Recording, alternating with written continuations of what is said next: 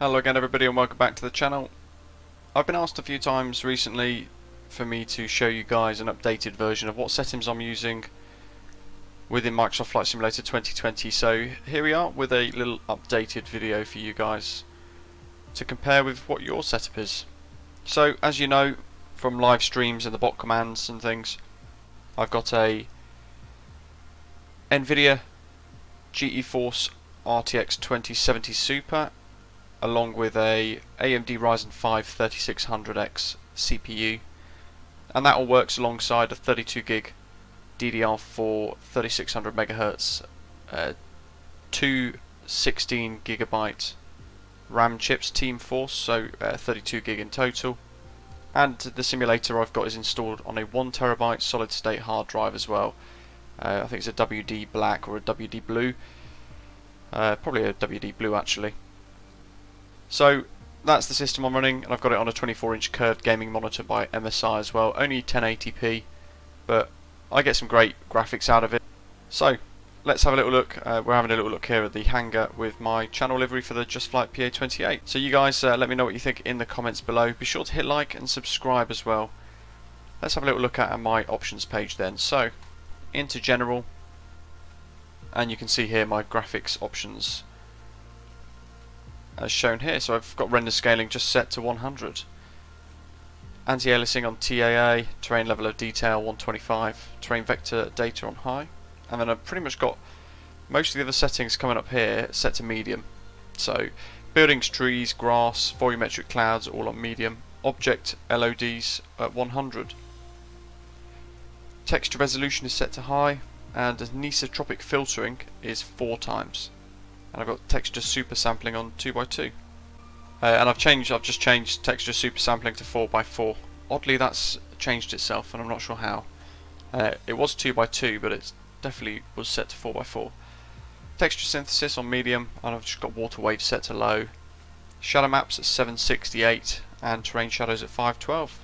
You can see here I've got contact shadows all the way down to light shafts on medium.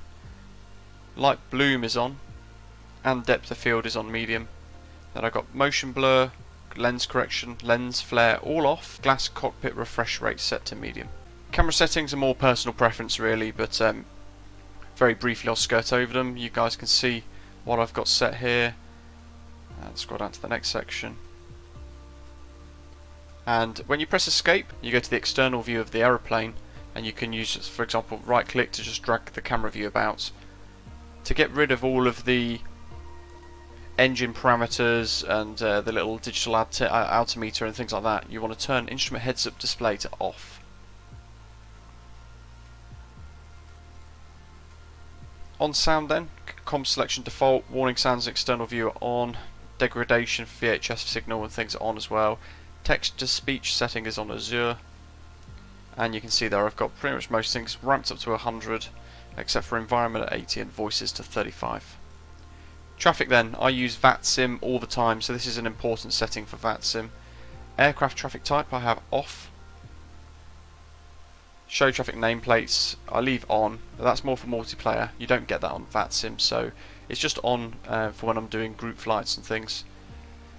Airport vehicle density I've just got set to 10, because there's nothing worse on VATSIM than having loads of vehicles driving around random autogen airports. There are a couple of airports that I've got in my community folder. The Macro Simulations Birmingham, for example, that's recently been updated, and very shortly Manchester too.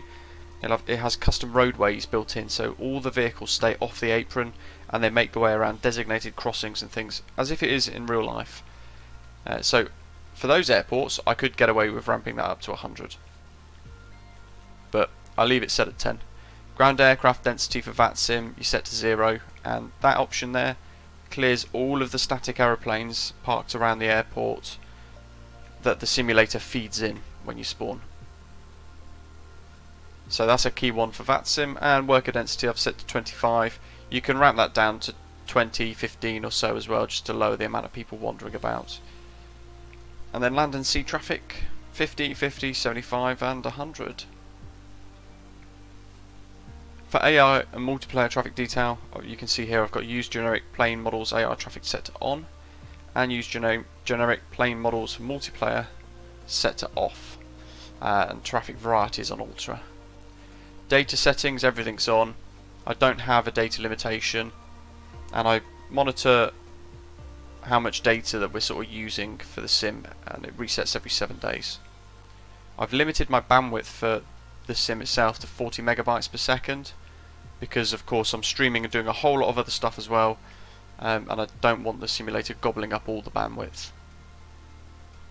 I've got a rolling cache on and a rolling cache limit of 16 gigabytes.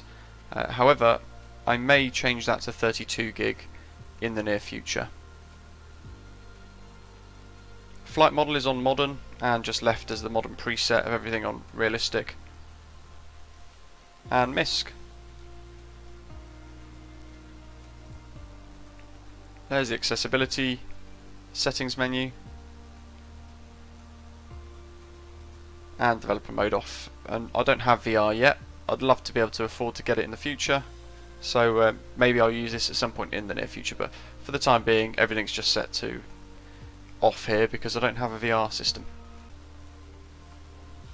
For assistance then, I've got piloting on hard, aircraft systems on hard, nav and notifications on hard as well. I've got failure and damage set to custom, and I've actually disabled crash and aircraft stress damage because the simulator doesn't render stress very well, so you can very easily overstress an aeroplane just by hitting a bump on the taxiway.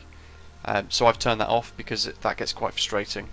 If you have that enabled and you hit a bump on the taxiway as you're taxiing out to depart, or even worse, at the end of your flight as you're taxiing back and you're logging the hours for a virtual airline and you hit a bump, it will crash you annoyingly, so then you lose your flight. So I've disabled that option there. And icing effect, you can have it on visual only or you can have it on. A lot of people at the moment seem to just have it set to visual only, so I'm going to change that now, and I'm just going to have it visual only on the airframe. And user experience is custom, I've just got it all set to off.